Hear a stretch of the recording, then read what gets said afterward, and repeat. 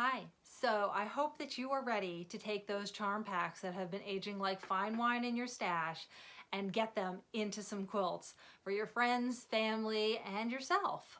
So I am Cheryl Brickey of Meadow Designs, and I'm here to tell you a little bit more about my new book, Just One Charm Pack Quilts, that comes out in late June through Stash Publications.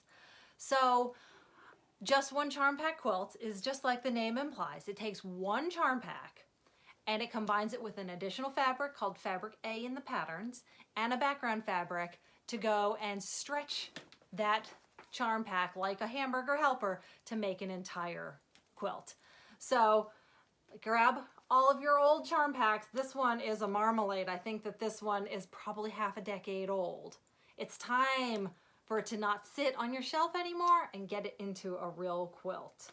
So today I'm going to be telling you guys about how to make your own charm packs or how to expand on fabrics you already have. So if you don't have a charm pack or you don't know if you want to go and use your stash or your scraps, you can very easily go and create your own selection of fabrics called, create your own charm pack to use in these quilt patterns. So let's get stash busting, and I'm going to show you my favorite ways of creating charm packs. So if you like to make a quilt from the book but you don't have a charm pack, or you have a large stash and you want to use up some of your existing fabrics or scraps, you can very easily create your own charm pack for the quilts in the book. And I'm going to show you that right now. This is one example. This is Magic Carpet that I made and Carol Alperin quilted. And to start creating this charm pack with all these different colors, my favorite way to do that is to start with an inspiration fabric. So for this quilt, my inspiration fabric was this Waterfront Park by Violet Craft. And I just loved the colors in it. I loved the whites and the peaches and the oranges and all of that. So using this as my inspiration, I pulled prints from my stash and some scraps that kind of pulled all of these different colors in various ways. And if you have a problem seeing what kind of colors, if it's a busier print, a lot of times the salvage will have little spots of color. And these ones will show you all the different colors that are in the quilt, in the fabric, excuse me. So for this one, I just started pulling fabrics, some solids, some tone on tone. These blender fabrics are wonderful. All sorts of different colors, different prints to pull from the fabric. And you can see that these don't exactly match. And that is okay. Having this variety in here is going to go and make your quilt top more interesting and more like a charm pack. And then I did the same with the kind of the blues and the turquoises. And I typically will cut 1 to 2 charm squares from each fabric. So that way I know that I have a lot of variety in my quilt top. Now with these, I wound up cutting a few more than I needed, and I edited out. I had a couple that wound up being a little too dark or a little too busy.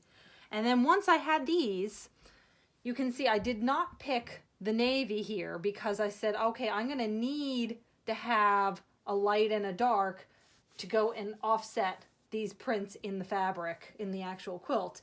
So I pulled the white from the print and then this navy.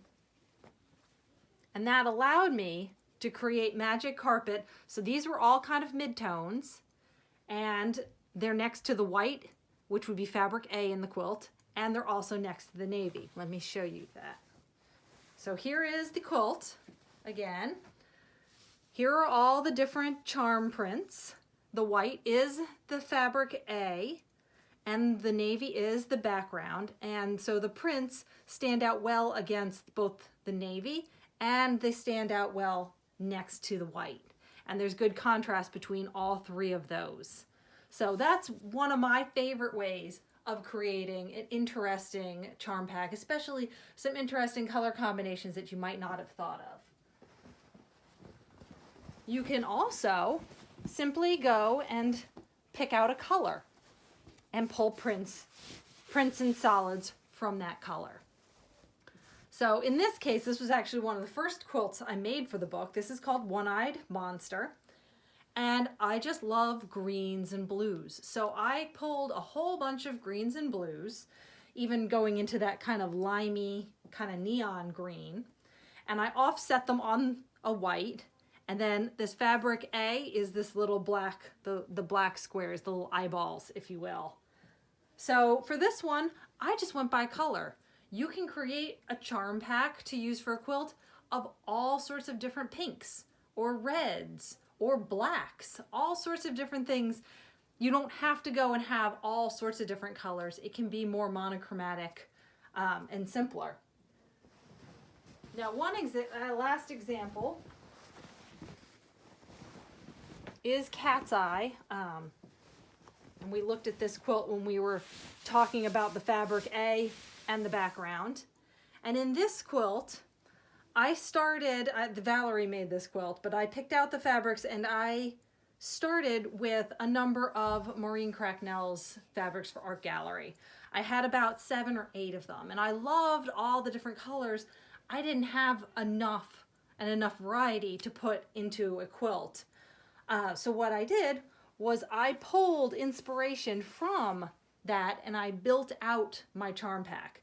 So for here, Maureen has this beautiful mustard in some of her prints, and so I pulled some mustard. I loved the purples that she used, so I pulled in some additional purples. So all other sorts of fabric manufacturers and different things show up in this quilt that I started with about 7 or 8, and I expanded.